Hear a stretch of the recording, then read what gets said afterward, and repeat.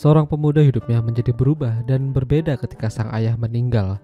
Dia kini tinggal bersama ibunya dan pindah ke kota lain. Namun di sini dia menemukan hal-hal yang mengejutkan yang membuat hidupnya jadi makin berubah hingga terjadi sesuatu padanya. Ya, film dengan judul False Movement yang dirilis pada tahun 2014 yang lalu ini akan menceritakan kisahnya. Pemuda ini bernama Victor. Semenjak meninggalnya sang ayah, dia dan ibunya pindah dari Paris ke Quebec. Namun Victor merasa tidak nyaman berada di sana. Apalagi dia harus berusaha menyesuaikan diri pada lingkungan baru dan tentu saja teman-teman baru di sekolah. Ketika ia pulang, rumah dalam keadaan kosong atau sepi karena ibunya bekerja di sebuah bar. Kalau pulang bisa sampai pagi hari. Kala itu ketika ibunya pulang, Victor masih tertidur, padahal udah waktunya sekolah. Dan alhasil dia terlambat dan diminta untuk melapor ke kepala sekolah, ditemani oleh Isabella, salah satu teman kelasnya. Victor sudah mengumpulkan catatan buruk selama di sekolah baru ini. Yang paling banyak adalah keterlambatan. Dalam 1 minggu ini dia sudah mencatat 5 kali telat. Luar biasa. Victor tidak boleh masuk kelas sampai pelajaran berikutnya. Jadi dia disuruh menunggu di kantin sekolah. Namun Victor malah pergi ke rooftop untuk santai sembari mencoret-coret dinding. Tapi kala itu dia melihat seorang anak dari kelas lain. Namanya adalah Francis. Dia berdiri di tepi atap sambil mendengarkan musik dari iPhone-nya. Victor menyangka kalau Francis akan melakukan tindakan yang bodoh. Begitu didekati dan ditegur, Francis terkejut hingga membuatnya terjatuh. Victor lantas buru-buru mengecek keadaannya, namun sayang Francis tidak tertolong. Victor lalu mengambil iPhone Francis, membunyikan alarm sekolah dan kabur. Dia mungkin tidak menyangka kalau ini bakalan terjadi. Padahal dia nggak sengaja. Keesokan harinya udah banyak bunga dan ucapan bela sungkawa untuk Francis di sekolah. Sementara Victor, setelah jam pelajaran selesai, dia pergi ke rumah Francis dan bertemu dengan ibunya. Victor beralasan ingin mengambil buku yang dipinjam oleh Francis, padahal dia hanya ingin melihat-lihat isi kamarnya aja. Ibunya Francis merasa ada yang aneh dengan Victor, sampai akhirnya dia meminta Victor untuk keluar rumah. Hidup Victor ini dari awal memang sudah kalut, gak sengaja bikin orang meninggal. Udah gitu kini hampir tiap malam ibunya bawa orang ke rumah dan ya begituan. Gak tahu lagi Victor harus bagaimana, seolah-olah tidak ada yang membimbingnya semenjak ayahnya tiada. Bahkan dia sampai bertanya pada ibunya jika terjadi sesuatu padanya, apa yang akan dilakukan ibunya. Ibunya Victor sempat terkejut, apa maksudnya? Namun Victor mengurungkan pertanyaan tersebut dan menyudahinya supaya tidak panjang masalah. Ya, meskipun begitu, Victor juga masih sempat yang namanya cari pasangan. Isabella adalah orang itu. Hanya Isabella aja yang menerimanya sejak ia pindah ke sekolah tersebut. Dia baik, mau berteman dengan Victor. Pada akhirnya Victor dan Isabella menjalin hubungan. Ya, layaknya cinta monyet. Setelah itu Victor dipanggil oleh kepala sekolah atas kejadian yang menimpa Francis. Menurut informasi yang beredar, hanya Victor orang satu-satunya melihat Francis pertama kali terjatuh. Jadi wajar kalau kepala sekolah curiga.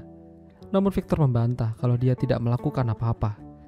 Selain itu, ada seorang anak laki-laki yang bernama Samuel. Samuel ini adalah teman dekat Francis, jadi kepala sekolah ingin minta keterangan darinya. Begitu pulang Victor melihat ada orang asing di rumah. Katanya dia ini adalah teman ibunya.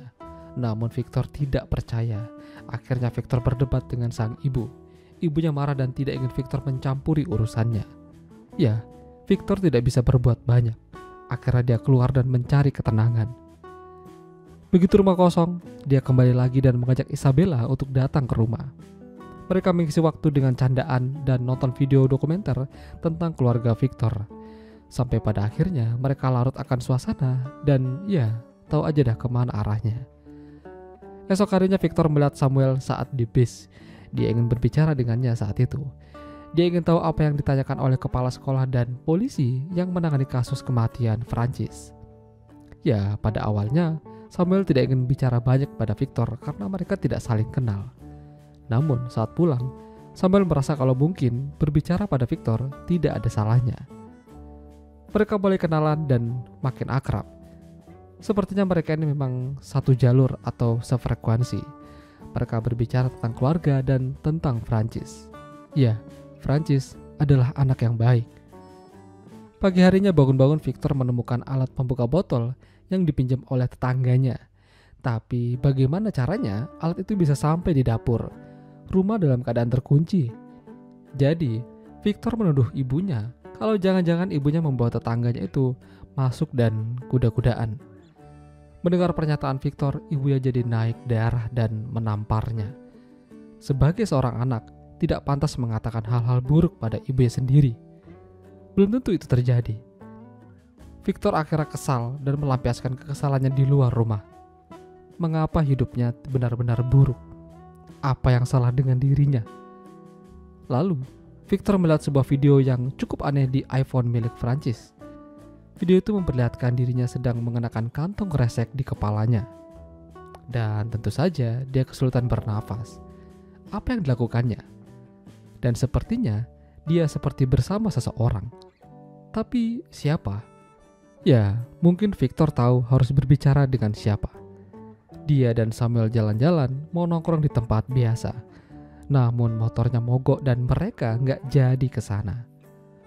Motornya ditinggal, mereka jalan kaki lewat jalan pintas, menyeberangi sebuah sungai kecil. Ya, kala itu Samuel hampir aja hanyut dan untungnya Victor dengan cepat menolong. Di sini Samuel bercerita kalau dia pernah melakukan hal buruk bersama Francis. Mereka tuh sebenarnya memang ingin mengakhiri hidup mereka. Mereka janjian di rooftop. Francis udah duluan sampai di sana, sementara Samuel menunggu jam pelajaran selesai. Tapi sayang, Francis udah duluan. Dan semenjak itu, Samuel berubah pikiran. Dia ternyata tidak sanggup menghadapi kematian. Baru tenggelam sebentar aja, rasanya udah sakit banget. Sampai akhirnya, hari pemakaman Francis telah tiba. Victor datang ke sana dan memberikan iPhone miliknya pada ibunya. Dia juga mengatakan kalau dia sempat ingin menolong Francis, namun dia tidak sanggup. Melihat Francis ditangisi oleh banyak orang dan orang-orang tercinta, membuat Victor jadi sadar kalau hidup tidak selamanya buruk. Masih ada orang di luar sana yang hidupnya lebih menyedihkan dibanding dirinya.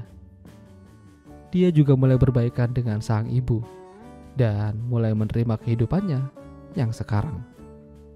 Namun yang terpenting adalah jalani dan kurangi mengeluh. Itulah tadi alur cerita film False Movement. Jika kalian suka dengan video ini, jangan lupa untuk tinggal like dan sampai jumpa lagi.